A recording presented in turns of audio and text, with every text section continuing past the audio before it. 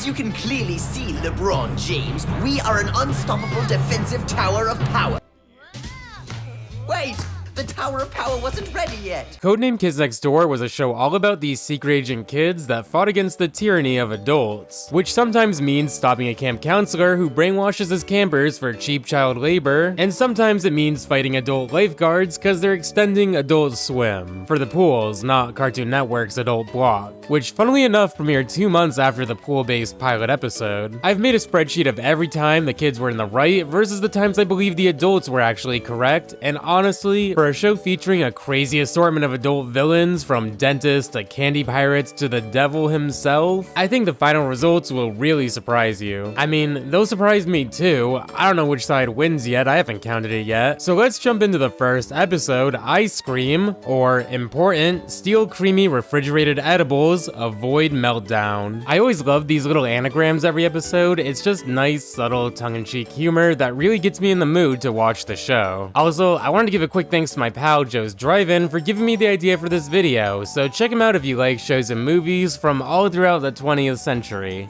Now, the first thing you may notice, besides the funny title card, is the creator of Kids Next Door, Tom Warburton, refers to himself as Mr. Warburton in the credits, which is really funny for a show that treats all adults as the enemies. Like, he just comes out and says, "Hey, I'm an adult, but I'm one of the good ones, okay?" You may know Mr. Warburton from his work as a character designer on Pepper Ann, and you got a lot of similar qualities with the baggy clothing, somewhat thick outlines, and big hair shapes. You'll also see most episodes this season are written not only by Mr. Warburton, but also Mo Willems, who also happens to be the creator of Sheep in the Big City, which they worked on together before Kids Next Door. The first episode starts with 2 kids waiting for the ice cream truck, which speeds right by, but fortunately the kids next door are here to serve justice for all the kids who have been ignored and want their ice cream. It kind of plays out like a big heist chase with exploding ice cream trucks flying off the rails, even doing a 360 through this tunnel while number 1 stands on top of the upside down truck, cause they're getting ice cream cone missiles shot at them. If you're not familiar with the Kids Next Door, you're probably wondering whose name would be number 1, and why are you saying number? It's number. Well, the 5 main characters of the show have the codenames numbers 1 through 5, and if you want to quickly understand their personalities, the theme song does a great job quickly telling you a little bit about each character's personality, while also making them seem a little bit badass. Like, number 5 is the cool one and flips in, assuming her position as she becomes a silhouette. Her real name's Abigail Lincoln, and I didn't realize until working on this video, every character's name is some kind of number pun. So here we got the last name Lincoln, like the dude on the $5 bill. Number 4 is the bronze of the group, maybe the wannabe tough guy, and shoots what I presume is mustard at the camera. And yes, they do have literal mustard gas in this show. Maybe literal isn't the proper term, but it's actually mustard, not just a yellow chemical mixture that looks and smells like mustard. His name's Wallaby Beetles, referencing the fact there was 4 Beatles, unless you believe the conspiracy theory Paul McCartney died and was replaced.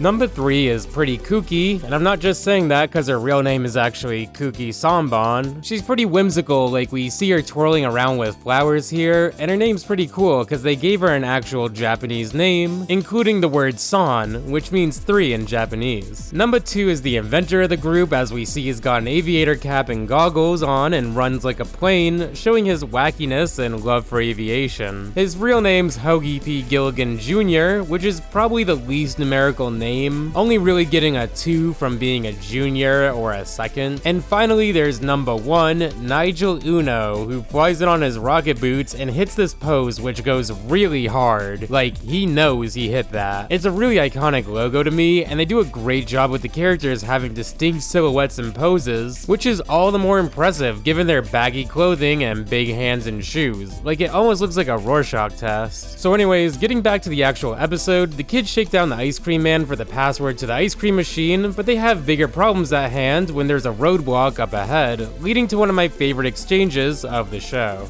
Hey, number 1, you might want to check this out. A roadblock! Quick, tell number 4 to turn the truck around. I am number 4. Then who's driving?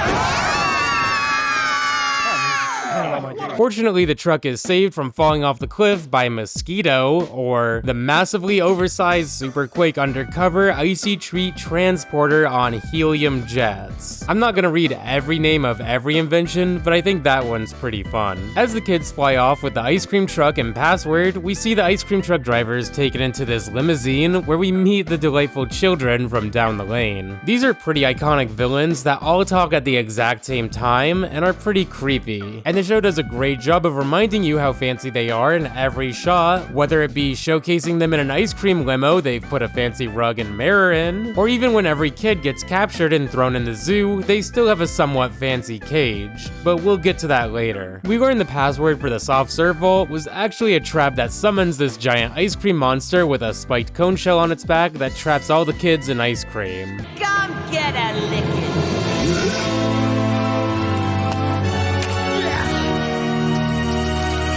You think chocolate can stop me?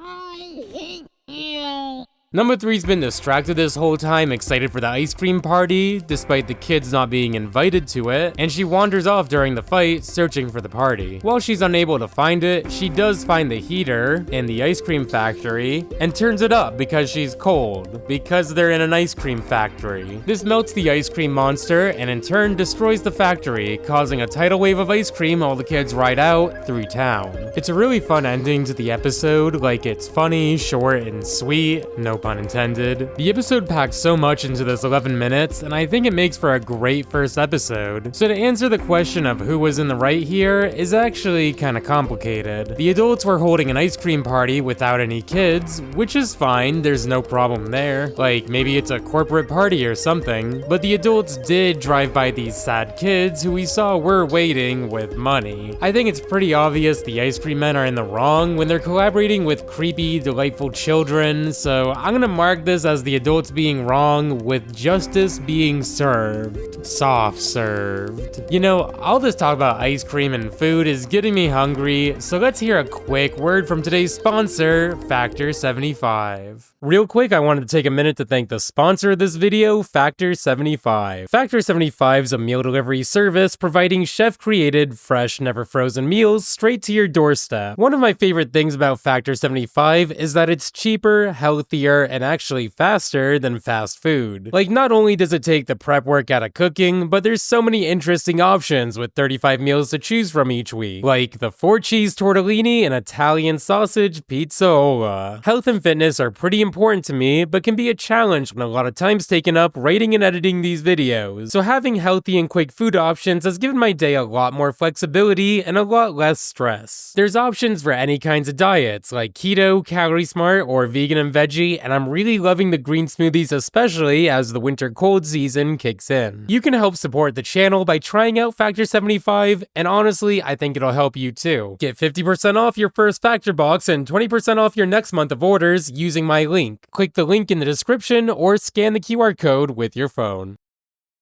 Episode 1B is called Operation C.A.N.N.O.N, or Cannon and Nap Time Not Occurring Normally. This episode has number 1 being forced to go to this Disneyland knockoff against his will. Who's a happy boy? Who's a happy boy? Who's a happy boy? Who's a happy boy? In his absence, the treehouse gets immediately attacked by villains like Count Spankula, this Dracula who spanks people. So number 4 steps up in Nigel's absence and declares himself leader to build a giant clam cannon that'll keep all the villains away. This episode isn't my favorite, like I find it more stressful and tiring than funny, with number 4 just yelling the whole time. But there's some really funny gags, like the cereal having a hammer in it and the milk being replaced with clams. Number 4 even starts dressing like number 1 as he goes mad with power, but when the delightful children show up, all the kids are too tired to even operate the clam cannon they stayed up all night finishing. So the delightful children plan to shoot the kids out of town with their own cannon, but number 4's overzealous shoddy leadership actually pays off here, as the clam cannon backfires, shooting the delightful children out of the treehouse. The episode ends with Nigel finally returning from his trip, even motivating the team to fix the clam cannon.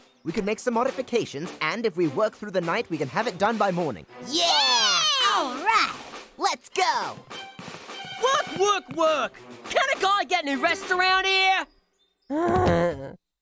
What's his problem? Now, to address the main question whether the adults were right or not, there really wasn't any involvement of the adults here, so I have to mark this as not applicable, but don't worry, there's not too many that will be marked like this, so let's move on. Episode 2A is called P.O.W.U.H, or Pulverize Opposition Without Utilizing Hamsters. It'll make sense soon. The episode starts with the kids fighting the leader of the parent-teacher organization of eradicating youngsters, which is kinda crazy, and this is where I really began to question the true lore of the K&D universe. Like, do you think this world truly exists where these teachers-themed Avengers have this squad fight inside this giant treehouse? Or do you think this is just the kids' imagination? The fun thing about a cartoon is they could just say, no, yeah, this is a world where this is happening, cause it's a cartoon. We learn the treehouse is powered by hundreds of hamsters who run on their wheels to produce electricity, which is some really fun world building. Like, it's got the simple kid elements of involving a childhood pet, but also shows how genius these kids are, while also not being wise enough to coordinate giving the hamsters a vacation all at the same time, which in turn leaves them without power. And just look at the hamsters on vacation, they're having so much fun. The delightful children from down the lane hire some new reinforcements, like this big lunch lady that sicks sentient food upon them, and they do a good job making them look absolutely disgusting. Like, how is this cheese? That's a hamburger patty. The grilled cheese is really funny too, like I can't lie, it looks kinda good. Number 2 ends up eating all the food, ending the episode with the food being redirected to the delightful children from down the lane, but when you think about whether the adult here was wrong, I'm hesitant. She just thinks the kids next door were starving because of the delightful children's lie, and I think everyone's pretty familiar with a grandma that insists the grandchildren eat and eat, even when they insist they're full. A lot of people accredit this as a product of living through wars or the Great Depression, and Grandma Stuffum's German accent may actually reference this aspect of first or second generation family that might have grown up poor and always tries to ensure the rest of their family eats as much as possible so they never go hungry or anything. So I'm actually gonna say the adult was in the right here and that the delightful children were in the wrong. Given the information she had, she's just a really, really bad cook. Episode 2B, Teeth, aka Tooth Extracting Enemy, terrorizes headquarters. This episode has number 3 skipping through town on her way back from the candy store and taking a wrong turn down a dark alley where she gets her teeth brushed. Yep, that's it, no toothpaste of doom or anything, just a general checkup. Now we learn the owner of the candy shop is actually Night Brace, this villain of the night obsessed with dental hygiene. From his tragic backstory, we learn he wanted to be a dentist, but in his passion was kicked out of school for trying to put braces on babies. As a result, he was forced to take over his family's candy shop, destroying the same teeth he wanted to protect. I don't really get why you'd ever put braces on babies, but I think it's a really fun character trait to make him both extremely passionate, but also a little crazy. This episode was one of the first I thought of when working on this video, because I can't fault a dentist for trying to fix these kids' mouths. Like, there's some serious health implications here. I think of this as a really fun classic episode, and there's a fun twist with the dentist villain being the candy shop owner, not the other dentist. So I'm actually gonna say the adults were in the right here too. Also, one quick fun fact before we move on. In Mr. Warburton's blog about the kids next door, he reveals Tom Kenny, the iconic voice actor who voices Night Brace here, actually recorded his lines while hooking a finger into his mouth to resemble the races and accent of the character. I am the brush, and you are the black. It's always fun to watch recordings of Tom Kenny in the booth. Like, I think every kid's life changed the first time they saw how he flicks his throat up and down to do the SpongeBob laugh. So yeah, it's really cool to see Tom Kenny's presence here. Episode 3A, P.I.R.A.T.E, or Pirates Invade Repository and Treats Extracted, starts with the kids playing VR sumo wrestling, and it looks pretty similar to the VR of the modern era. Number 5 interrupts to bring everyone a treasure chest full of candy, but is quickly interrupted by pirates shooting gumball cannonballs into the treehouse. The sense of scale is really amazing here, but you may also wonder if this giant pirate ship scraping through town may be killing like countless people. I think it's moments like this that make me wonder wonder if this is in the kids' imagination, because if this is real, rest in peace everyone who's ever lived near the Kids Next Door treehouse. So the Kids Next Door fight against these candy pirates. We see number 3 being a little bit loopy and coincidentally beating up the pirates as she thinks this is a pirate party, and we see numbers 4 and 5 shoot these punching boxing gloves at the pirates, clearing out everyone who surrounds them. And I think it's really fun to see them temporarily winning before more pirates come in and knock number 2 into the others. It leads to the pretty badass entrance of Sticky Beard with this dramatic upshot of him marching into the treehouse demanding all their candy. I love Sticky Beard's design and I really like his vibes. Like, he loves candy so much, but he respects the fact number 5's a fellow sweet tooth. He rips out a lollipop from his beard and gives it to her, which when I think about it further is pretty disgusting and seems really painful. And you know, if it was stuck to his beard in the first place, he must have already licked it at least a few times. The episode ends with a candy cane sword fight between number 5 and Sticky Beard as this pirate ship scrapes all through town. Hey, what was that? I said, I'll see you at the dentist. That's really funny, like a candy lover's equivalent of I'll see you in hell, especially right after the dentist episode. But the ship crashes into a school, giving candy to dozens of kids who even seem to eat Sticky Beard because he's full of candy. Overall, it's a great episode that simply discussing doesn't do justice because the action and direction are so great, but I can answer whether the adults were right here, and the answer is obviously no. Like, they're just stealing candy from kids. They're pirates. So let's move on. Episode 3B is Cowgirl, or Crazy Old Woman Goes Increasingly Really Loco. The episode has the kids nearly getting captured by Mr. Wink and Mr. Fib, these two old guys who oddly resemble a walrus and buffalo. They're the main antagonists of the pilot episode of Kids Next Door that we'll get to soon. They're supposed to resemble the James Bond villains, Mr. Wint and Mr. Kid. The kids are saved by this older cowgirl, I guess that'd be a cow woman, and she's got old-fashioned technology the kids actually think is pretty cool, except Nigel, who's more like, hey, this is just 2 strings in a can, we have jetpacks now. We learn Lasso is also an agent fighting against the tyranny of adults like the kids next door, but the rest of her team all grew up and now she's the only one left. This is actually the first acknowledgement of the dilemma of aging and growing up in the Kids Next Door universe. We'll see a lot more scenarios like this in the future, like with number 5 and her older teenage sister. I didn't mean to say sister there. You know, saying number is just too hard for my brain. But for now, it's cool to see the first signs there's more to this story than just 5 kids fighting against adults. Lasso gets captured and held hostage by Mr. Wink and Mr. Fib, so the kids next door go to save her, using this giant stable as a wooden horse, even wielding a huge lance made out of these stick pony toys linked together. It's childlike in its presentation, but really badass when you think about these coming together to form a giant lance. It's kind of like Gurren Lagann in a way. The kids end up losing here, so now the cowgirl and the kids are all tied up, and we learn Mr. Fib is jaded because Miss Lasso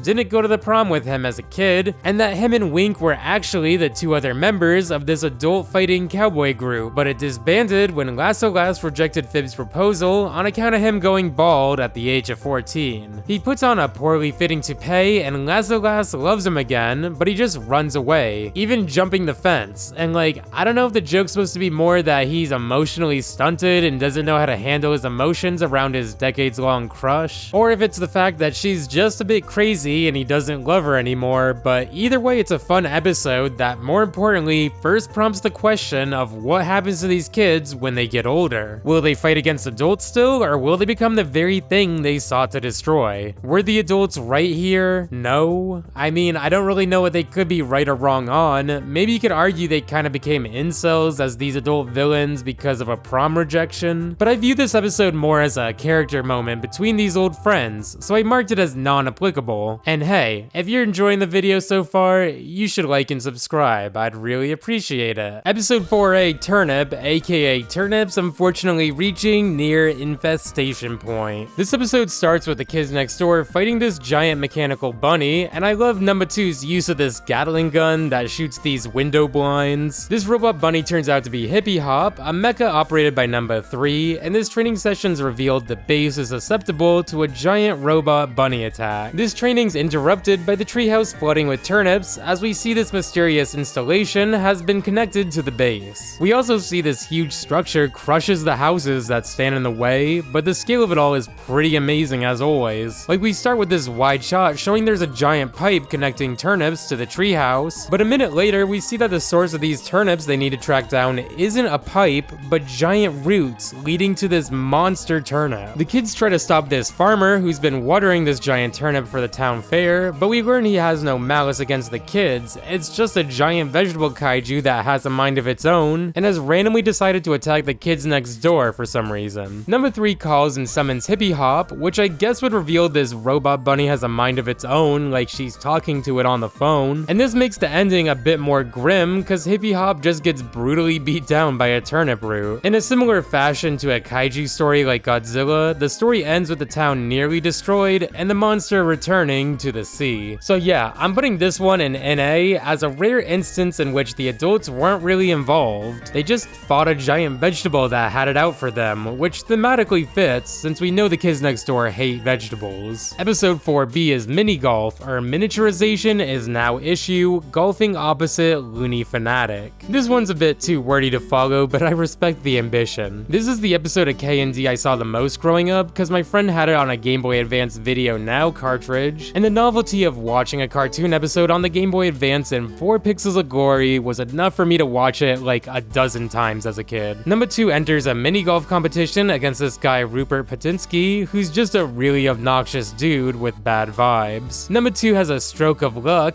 or 2 or 3, like he hits the ball so high in the air it brings down a satellite and the ball falls into the hole. They're tied at the final hole and Rupert lines up his shot, and I'll let the announcer set up the stakes for us. If he misses, every ounce of dignity will be stripped from him, and he'll live the rest of his miserable life in disgrace.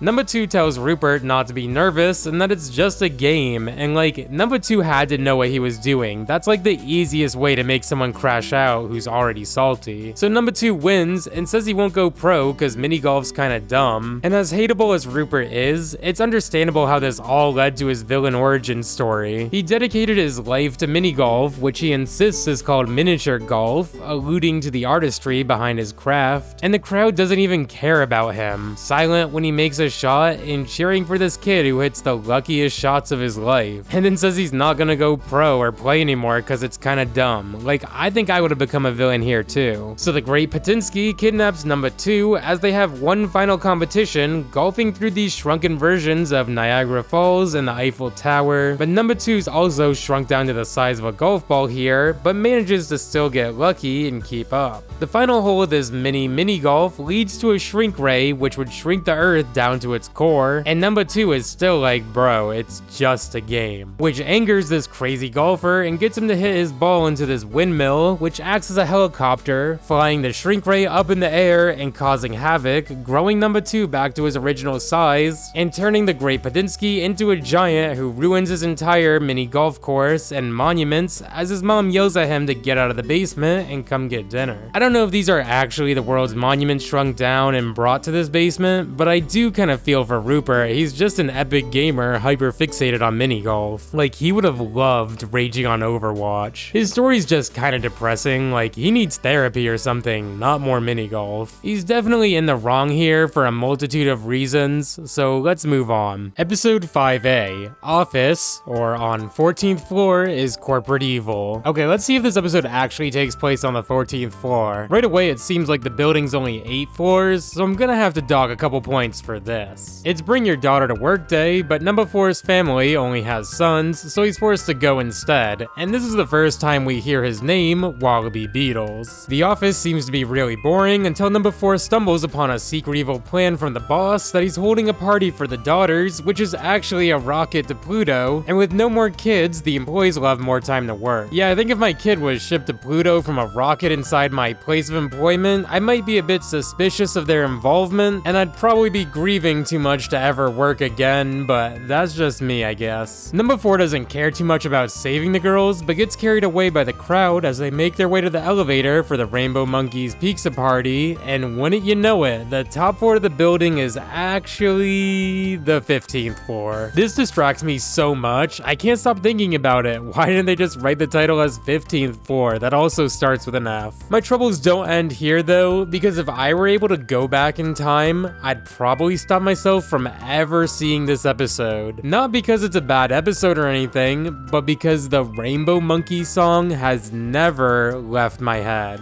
Rainbow monkeys, also very round and super chunky. The monkeys are pretty cute though, they kinda remind me of Monkey Ball, and they even have the same eye shapes. I even read they debated making Rainbow Monkey plushes, but made plushes of the Kids Next Door instead, and they didn't sell nearly as well as the action figures. Does anyone make custom plushes out there? I might need to get a Rainbow Monkey plush, that'd be sick. Number 4 finds a vent he can escape out of while leaving the girls behind to get launched to Pluto, but realizes number 3 is here cause their mom works in accounting. So they try to save all the girls who don't listen to anything until he says there's a Rainbow Monkey video game down this vent, and they're able to safely evacuate all the girls. Number 4 even sacrifices himself to get number 3 to safety as the rocket takes off, which is probably the first sign of their romantic interest. The vent leads to the central headquarters of Mission Control, where the girls start messing with all the controls thinking it's a video game, as number 3 pursues the boss, and just watch for yourself. I hope your friend likes Pluto!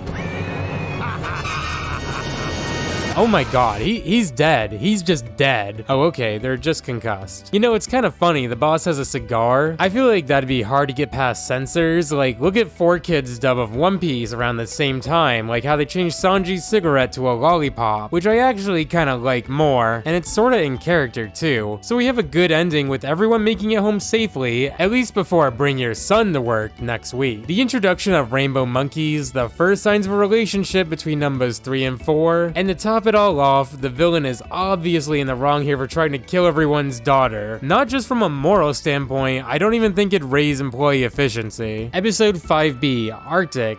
Am really cold, that is certain. Okay, I can rock with this. I think I'd talk like that if I was really cold. The episode has the kids in the North Pole tracking down an adult research facility that control the Earth's weather to never have a snow day ever again. Which actually doesn't sound too bad in practice. Like, is he fixing the ozone layer or something? I think getting rid of excessive snow in the suburbs isn't really a bad thing in theory, at least. Cause as much as I love snow days as a kid, there's always memes of winter being kinda awful as an adult. Like, it just makes your transit more inconvenient, and it's too dark and gray to even appreciate when you're able to step outside. And this is how I know I've become the evil adult. Like, being okay with getting rid of snow days is just what an evil adult would do. We meet number 30C, who's joined the kids on their mission, and the name 30C is pretty creative, like making a temperature reference with his number, but if you're familiar with the Celsius scale, you'd realize this is like 86 degrees Fahrenheit, which is pretty warm, but intentional. As we learn, 30C has been sabotaging the Kids Next Door mission because he says this scientist is gonna change the world. You'd think this mean the kid just wants the weather to be warm all the time or something. It makes sense given his Hawaiian shirt and stuff, but the science in question is actually the creation of the world's most perfect snow cone, and the scientist making a weather-changing device is actually next door. It's a funny joke and twist, but if you think about it harder, it starts to make no sense. Like, why would 30C think the kids want to destroy a snow cone scientist anyways? So I guess I'd say the main adult's in the right here. He's just making a snow cone, and it's a misunderstanding on the kid's part.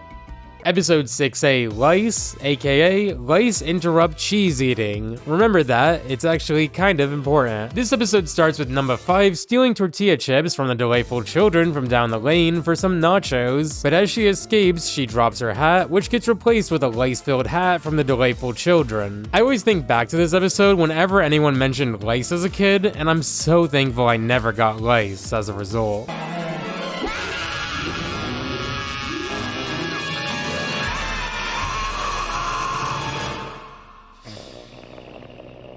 We see number 3's rainbow monkeys and stuffed animal toys have been destroyed by the insects, so she basically becomes Rambo, and we even see her make a grand final stand against the lice as the others move on to get the nacho cheese repository that'll kill all the lice. After the sacrifices of numbers 2, 3, and 4, we see number 1 get grabbed by this giant purple final boss lice, but it throws him away because he's bald and doesn't have any hair to latch onto. Number 5's able to press the button that explodes the treehouse with nacho cheese, but number 2 interrupts her because there wasn't enough pizzazz put into this finale. Huh? You gotta say something cool first, like say cheese, punk, or cheese to meet you. Wait. How about this one? Cheese?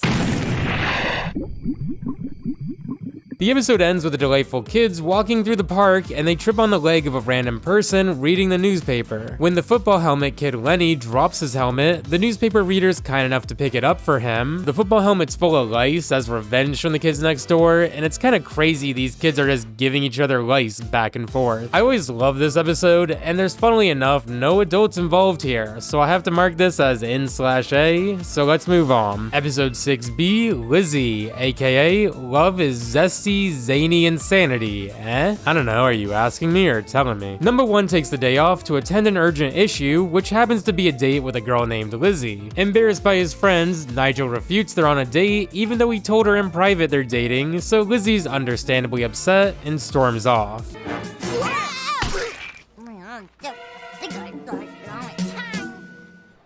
Women.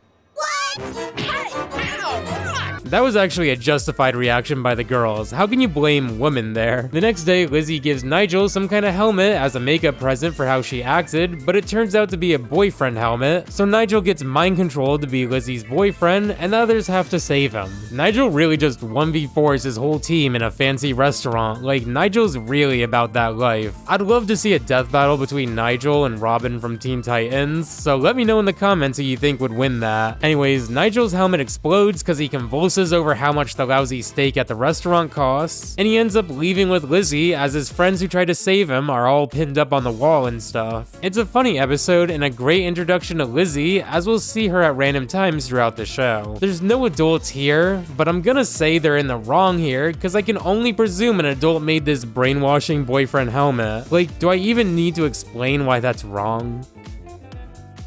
Episode 7A, The Fly, aka Tiny Horsefly examines 5 little youngsters. Ayo. The Fly is one of the episodes I remember the most for some reason. I think the first time I saw this as a little kid, my babysitter was like, can we please change the channel? And I guess looking back at it now, the audio is pretty frantic and annoying.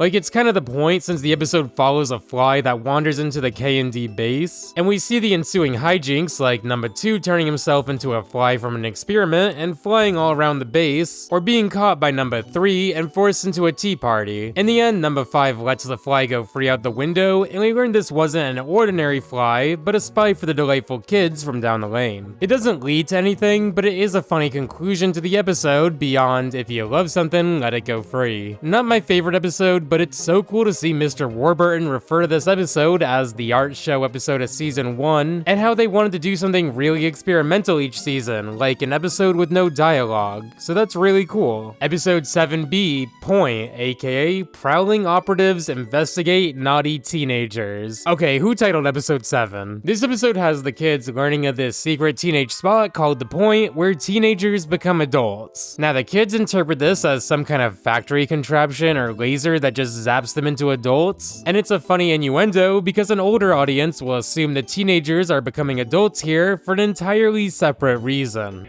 Marty, if we go up to the point, it'll change us forever. Come on, please. Okay. My older brother said the point is where he finally became an adult. Yeah, you go up that mountain a boy and come back down a man. The truth ends up being something in between, as a secret roller rink up on the mountain that's been having teen nights, which I gotta admit I would have never guessed, especially based on this dialogue. So you know this has obviously gotta be a point for the adults being right, like they just wanted teens and kids to be able to roller skate. You could question why they chose to have a roller rink hidden away up on a mountain, like it's not the best business practice, but it's kind of funny. We've seen a few times the Kids Next Door mission is just a complete misunderstanding or mix-up, which shouldn't be too surprising considering they're somewhat naive kids, but Mr. Warburton also says this episode had a lot of notes and concerns from the network, and I can only imagine why. Episode 8A, Cable TV, aka Crazy Arrogant Baby Loses Every Television Viewer. Hey, I'm gonna start the episode by playing the ending out of context. I'll explain it later.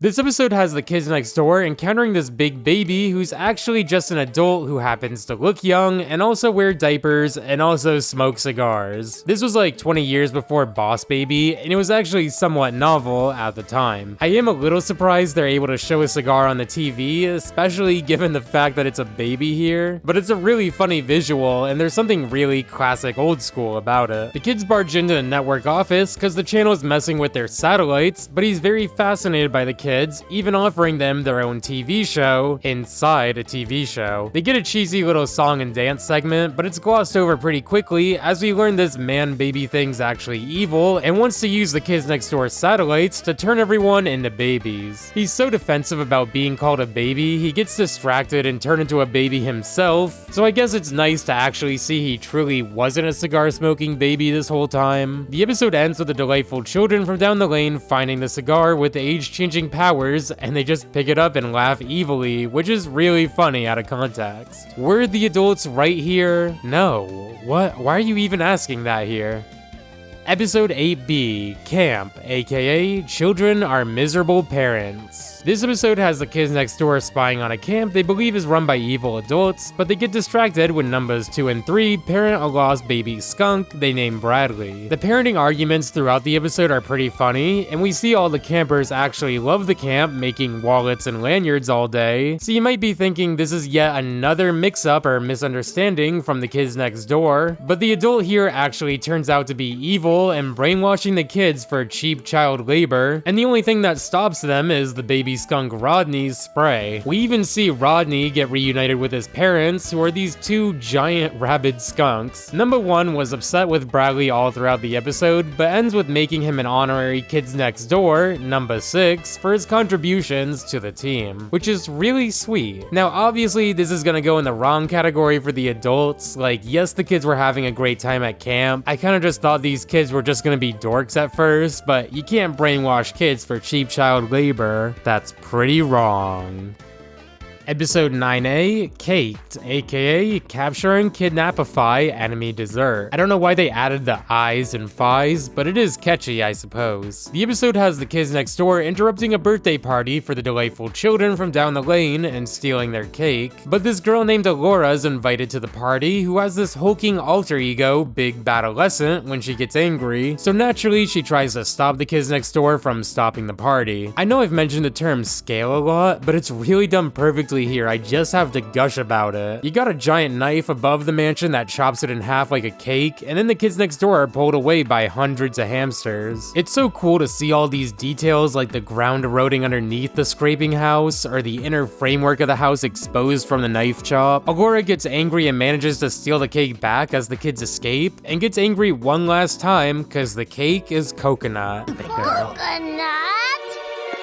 I hate coconut. While I'd consider Alora a neutral party before a villain, and she's definitely not an adult, I hate coconut cake so much, I feel inclined to give a point to the villains here. Now, the 3 episodes that are part of episode 9 are all kinda shorter because this includes the Kids Next Door pilot episode, No P in the O.W.H, which is the only episode to not be titled as a more elaborate anagram. Though I've read the title of the episode would have been Operation O.W.H, you know, cause there's no P in it. I really love this premise for the pilot cause it perfectly captures the soul of the kids next door. A bunch of kids with huge imaginations that fight for the rights of kids against somewhat mundane everyday things in an exaggerated way, like Adult Swim. There's a lot of funny production trivia surrounding this episode, like the fact this pilot aired as a part of Cartoon Network's Big Pick. The Big Pick was a 53-hour marathon that ran during weekends in 2000 and 2001, in which viewers would vote on their favorite pilots to become actual half-hour cartoons. The first Big Big Pig winner was Grim and Evil, which you'd likely remember now as The Grim Adventures of Billy and Mandy, and the second winner in 2001 was Codename Kids Next Door. Of the other pilots that aired here, some have become cult classics like A Kitty Bobo Show, or Whatever Happened to Robot Jones, which actually did get picked up as a show, but that's a story for another day. This pilot does a great job telling us little tidbits of the Kids Next Door characters' personalities right away, like number 4's boxing ring room or number 3's room full of stuffed animals. And I think this pilot works so well because it perfectly captures the essence of all the characters so quickly, really without any dialogue either. Also, it's kind of funny they fought against an extended Adult Swim. You might think there's a possible reference to Cartoon Network's adult programming block Adult Swim, but funnily enough, this actually didn't premiere until a couple months after this pilot did. With this specific plot, I can't say the adults are in the wrong for having Adult Swim. Like, maybe you could argue this after the lifeguards, Mr. Wink and Mr. Fib, try to shoot the kids with a giant laser beam after transforming the lifeguard chair into a giant mecha, but I digress. The episode has one of my favorite tropes, in which the villains and heroes take a mutual break together over something silly. In this case, they stop fighting because number 3 gets snacks from the snack bar. And I gotta say, nothing in this universe hits harder than a big pretzel or nachos after going swimming at the pool club. Number 1 tries to take control of the lifeguard tower, but accidentally drills into the pool, ruining it for everyone, but hey, at least the kiddie pool is still open. The episode also includes Mr. Warburton's other pilot, Kenny and the Chimp, which I always loved watching here. There's some really funny things you may notice, like the boy is named Kenny and is voiced by Tom Kenny, or Professor Triple Extra Large is just here. But I think the funniest note is that the kids next door were actually designed as recurring characters that would cause mischief next door to Kenny and the Chimp. Like, they might not have been antagonists directly, but they started at least as a group of troublemaking side characters. Literally, the kids next door. Horrible disease help me hotline. Disease, please. I've got Salmonella Fitzgerald.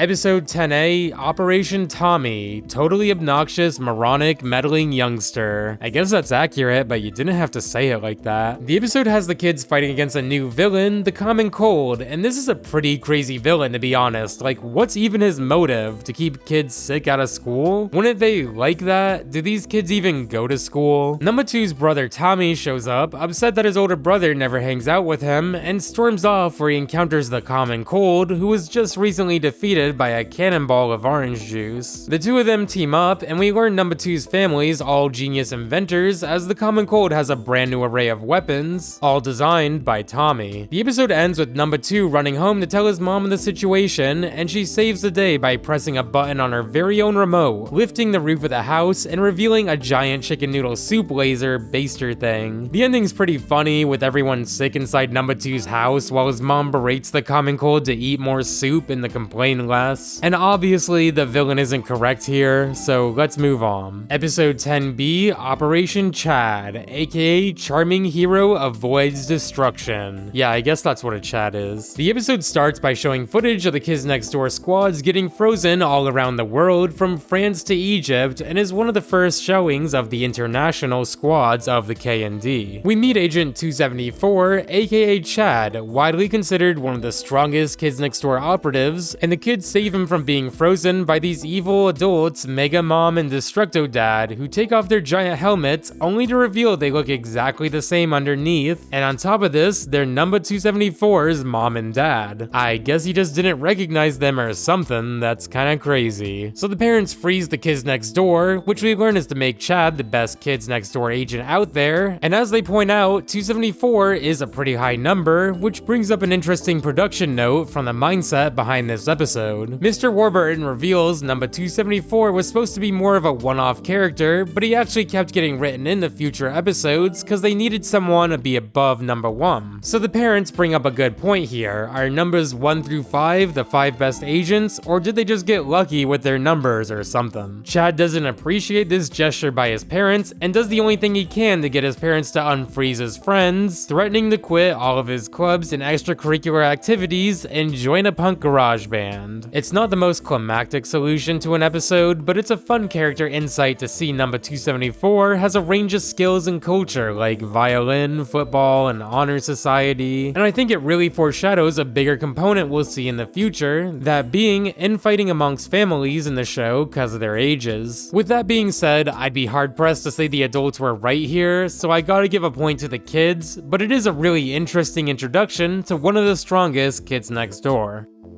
Episode 11A, Piano, aka Pesky Instrument Advances New Operative. And just wait till you see who this new operative is. The kids next door stop the transportation of a truck full of torture devices, aka pianos. You know, this was one of the weirder things for the kids to be against. Like, I didn't randomly hate pianos as a kid, but I can see why they'd be annoying, probably on account of the adults forcing them to take piano lessons instead of goofing off or something. Number 4 especially hates pianos and gets badly injured when they slide out of the back of the truck and land on him, so Wallaby gets a temporary replacement that I absolutely love. But don't worry, we managed to find a temporary replacement for you.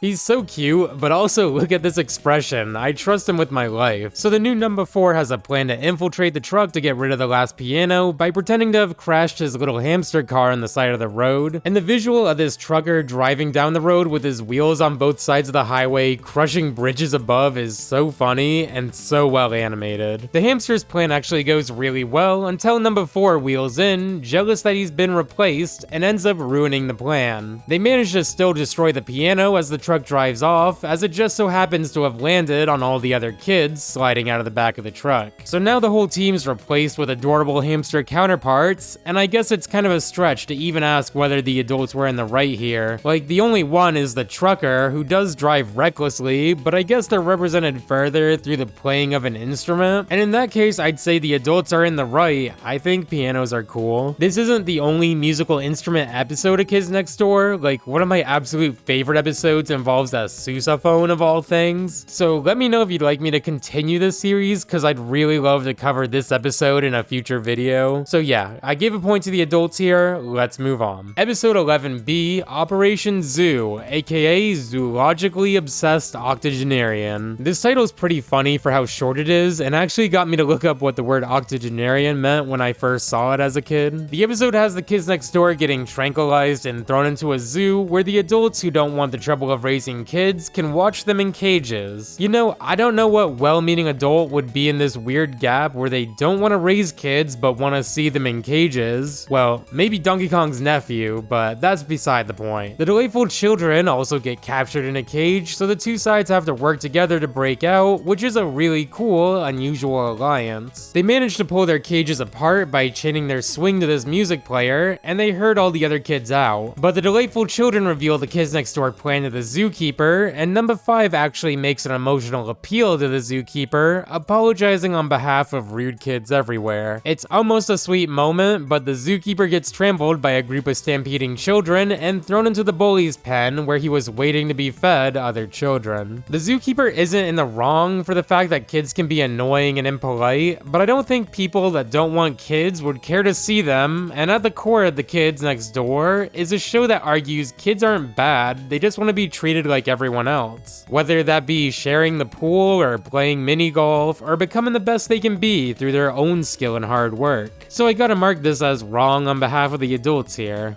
Episode 12A, Quiet, aka Quietude Unlikely, an entire treehouse. You know, I don't think I've ever heard the term quietude before. Number 1's been up for 6 days straight, making a defense system for the treehouse, and desperately needs to sleep so he can accept his award in the morning. Number 5 does her best to ensure nothing wakes Nigel up, but right away Lizzie shows up, shouting for him to go on a date, which is a funny callback not only to this character, but also to number 4's outfit impersonating number 1 from when he was out of town, as he needs to get Lizzie out of there. The episode turns into more of a boss rush, with all the villains showing up, like Alora, who's a skunk scout selling cookies and gets angry when they only buy 1 box, or the Common Cold and Sticky Beard breaking in. And even Yeah. So yeah, it's a fun episode that includes the villains being somewhat chummy, and it all works out in a fun way, like Sticky Beard eating all the Skunk Scout cookies they were forced to buy, and even the extra large professor showing up with his legendary snow cone, so I'm actually gonna mark this as neither right nor wrong. Episode 12B, Rainbows, aka running amok in nature's bounty, observing wild simians. Hold on, that's kind of a bar. This episode follows number 3 at the premiere of a brand new rainbow monkey, and she has some sixth sense where she's able to sniff out the new shipment and just breaks it open for everyone. Like, do they just not have to pay? I guess the director doesn't care that much though, cause he has a plan to use number 3's rainbow monkey sense to help track down the real world wild rainbow monkeys. The next day when number 3 wakes up, she sees a rainbow monkey outside, which ends up flying away with her, taking her on a giant airship to the Rainbow Monkey Island, which does make me wonder how he knew rainbow monkeys existed in the real world if he could never find them, and if this is a well-known phenomenon the toys were designed after. You know, some may argue I'm thinking too hard about the rainbow monkeys from Codename Kids Next Door, but these are the questions that keep me up at night. We learn the rainbow monkeys have been hiding themselves by turning invisible, which is pretty funny, and fits well for a creature that can change its color at will to camouflage like this. But the rainbow monkey president, Mr. Mogul, betrays number 3, capturing all the monkeys in cages in his airship and taking them off the island.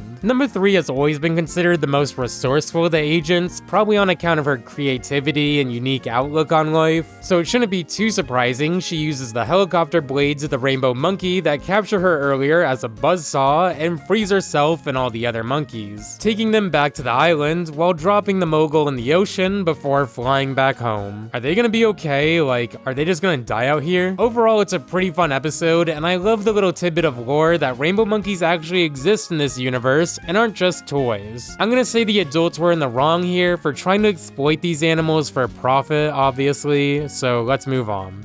Episode 13, Operation Grow Up, aka Getting Really Old Will Upset Plans, is the full episode season 1 finale where we first meet Father, aka the father of the delightful children from down the lane. He's pretty badass, just a dark silhouette of a man smoking a pipe like every other villain in this show, and his presence is felt right away when we see the usually emotionless children cower in his presence. Meanwhile, the kids next door discuss Nigel's mission, in which he had to decommission kids who have turned 13 and can't be in the Kids Next Door anymore. I really love this part of the Kids Next Door lore and story, and for me it's what really took K&D to the next level, alluding to a much deeper story and morals. It's really interesting to note the concerns that these kids may grow up and become evil, and we've seen it happen firsthand with villains like Mr. Wink and Mr. Fib, who were actually part of an adult resistance group growing up. It's kind of like the grandpa that says just awful things and you're like, man, am I gonna become that someday? This conversation of what's to become of them is interrupted by the delightful children with their giant vehicle of destruction they borrowed from Father. This episode's just an all-out fight that pays homage to tons of stuff we've seen throughout this season, like number 2 flying around like the housefly, or number 3 piloting the giant robot rabbit that gets brutally crushed yet again. We even see the delightful children still have the age-changing cigar from the earlier episode and use it on number 1, not to make him a baby,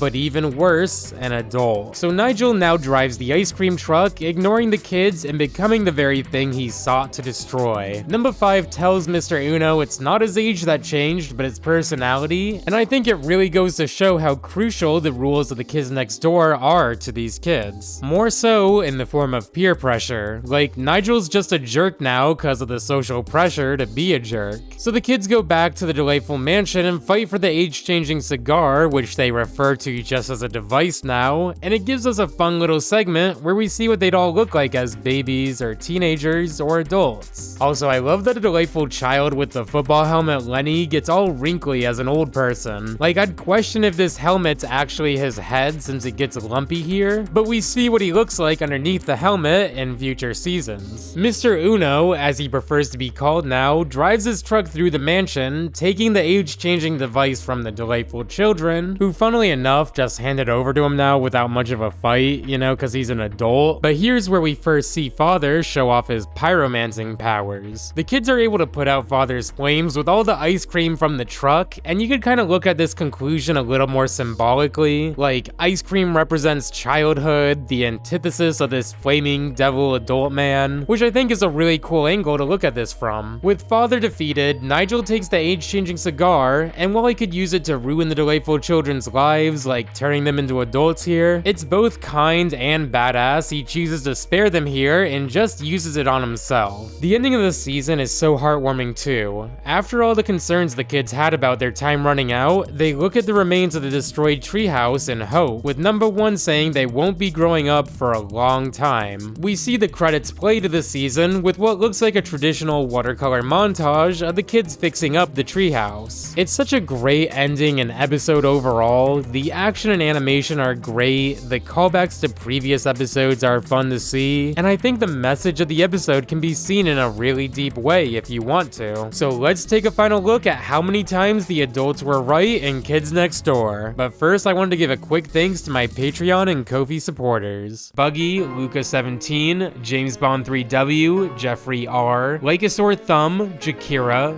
Looter, Richard M, Jack C, Flinley, and Paul A. Thank you so much for your support, and there's a link in the description if you also would like to help support these videos. Out of the 25 individual episodes this season, taking out the 6 non-applicables, the adults were in the wrong 12 times and in the right 7 times. I'm genuinely surprised that they were right like a third of the time like this. Although a lot of this banks on the errors of the kids next door, like trying to destroy a roller skating rink, for example, it's pretty fun to watch through Kids Next Door and see all the times the kids were against the adults because of something they didn't want to do for their own good, like going to the dentist when their teeth are rotting out of their heads. I was pleasantly surprised by how much I enjoyed this show on the rewatch, as it's definitely been a long time, but I could talk all day about how funny the jokes are, or how there's a great shot selection that really shows off the huge scale and action of some of these scenes. Thanks so much for watching. I'd really appreciate it if you liked and subscribed, and definitely take a look at the Factor 75 link in my description. I really liked it, and I think you will too. Alright, I'll talk to you next week.